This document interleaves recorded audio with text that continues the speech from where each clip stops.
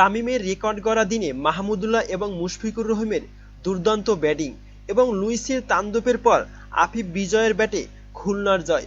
বরিশালের রানের পাহাড় টপকে জিতেছে খুলনা। তবে কি এবার শিরোপার লড়াইয়ে জানান দিচ্ছে খুলনা টাইগার্স? বিস্তারিত থাকছে প্রতিবেদনে। কি দারুণ এক ম্যাচ না দেখা গেল। টি-20 ম্যাচ তো এমনই হওয়া উচিত। রোমাঞ্চ আর উত্তেজনায় টইটুম্বুর রান বন্যার ম্যাচে শেষ হাসি হেসেছে খুলনা টাইগার্স। রান বন্যার ম্যাচে ফরচুন বরিশালকে ৮ উইকেটে হারিয়েছে খুলনা।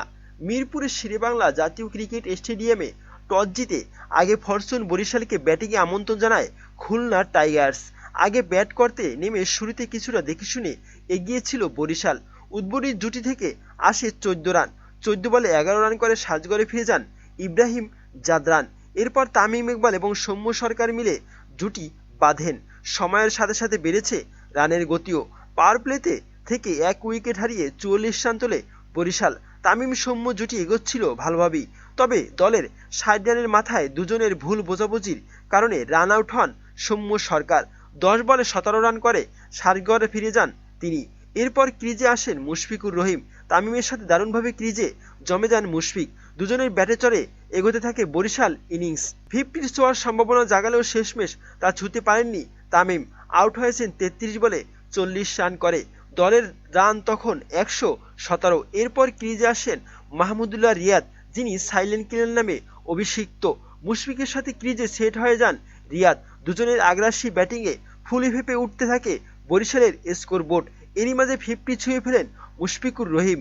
অন্যদিকে রিয়াদ ১৯ বলে ২৭ রানের ক্যামিও ইনিংস খেলে দলের ১৭১ রানের মাথায় আউট হন। তবে মুশফিককে থামানো যায়নি।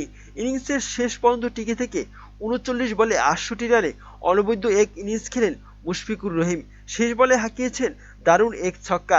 নির্ধারিত ২০ ওভারে ৪ উইকেট হারিয়ে ১৮৭ রানের সংগ্রহ দাঁড় করায় ফরচুন বরিশাল। বরিশালের হয়ে ওশান থামাস, নাসুম আহমেদ এবং মুকিদুল ইসলাম নেন একটি করে উইকেট। বিশাল লক্ষ্য তাড়া করতে নামা খুলনা পেয়েছে উড়ন্ত সূচনা। শুরু থেকেই বেশ মারমুখী ছিলেন দুই ওপেনার এনামুল হক বিজয় এবং এবিন লুইস। বিশেষ করে আগুনের রূপে ছিলেন লুইস। ৪ ছক্কার বৃষ্টিতে বরিশালের বোলারদের তুলোধুনো করতে থাকেন তিনি। মাত্র ২১ বলে ছুঁয়ে ফেলেন 50ও। তবে 50 হাঁকিয়ে থেমেছেন তিনি। দলের ৭৭ রানের মাথায় ২২ বলে ৫৩ রান করে আউট হন এবিন লুইস। তবে এরপর দলের হাল ধরেন এনামুল হক বিজয় ও আফিফ হোসেন ধ্রুব। পাওয়ার প্লেতে ৬ ওভার থেকে বিপিএলের ইতিহাসে সর্বোচ্চ ৮৭ রান তোলে খুলনা টাইগার্স। উইকেটে হারায় একটি। লুইসের তৈরি করা মঞ্চটা কাজে লাগিয়ে দলের রান বাড়াতে থাকেন আফিফ এবং বিজয়। দুজনের সাবলীল ব্যাটিংয়ের কক্ষপথেই ছিল খুলনা। সময় বুঝে ব্যাটিংয়ের ধার বাড়িয়েছেন আফিফ এবং বিজয়। বরিশালের বোলারদের কোনোরকম পাত্তা না দিয়ে রান তুলতে থাকেন দুজনে। দারুণ এক 50 তুলে নেন বিজয়। আফিফও ছিলেন 50-র পথেই। তবে ৩৬ বলে ৪১ রান করে আউট হয়ে 50টা ছুঁতে পারেননি তিনি। দলের ১৫২ রানের মাথায় আউট হন আফিফ। বিজয় এবং আফিফের জুটি থেকে আসে ৭৫ রান। এরপর বিজয়ের সাথে যোগ দেন সাই হোপ। প্রথম বলেই দারুণ এক ৪ মেরে ইনিংস শুরু করেন হোপ। শেষ দিকে বিজয় ও হোপের সাবলীল ব্যাটিংয়ে জয়ের খুব কাছে পৌঁছে যায় খুলনা।